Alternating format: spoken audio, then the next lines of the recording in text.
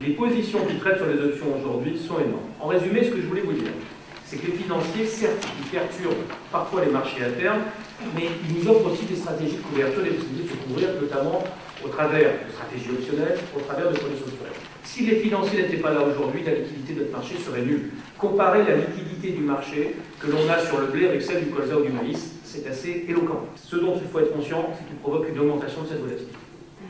Il y a un bruit permanent sur le marché qui est embêtant pour les vrais professionnels du monde agricole parce que vous ne pouvez pas regarder uniquement les fondamentaux quand vous analysez le marché.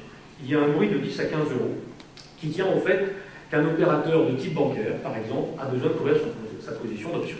Et le simple fait que sa position d'option soit gigantesque, vous avez vu les ratios qui sont en place à l'heure actuelle, fait qu'il emmène le marché dans un sens ou dans l'autre de 10 à 15 euros. C'est pas pour ça qu'il gagne de l'argent tous les coups, vous n'allez pas l'imaginer. Donc il provoque une augmentation de la volatilité.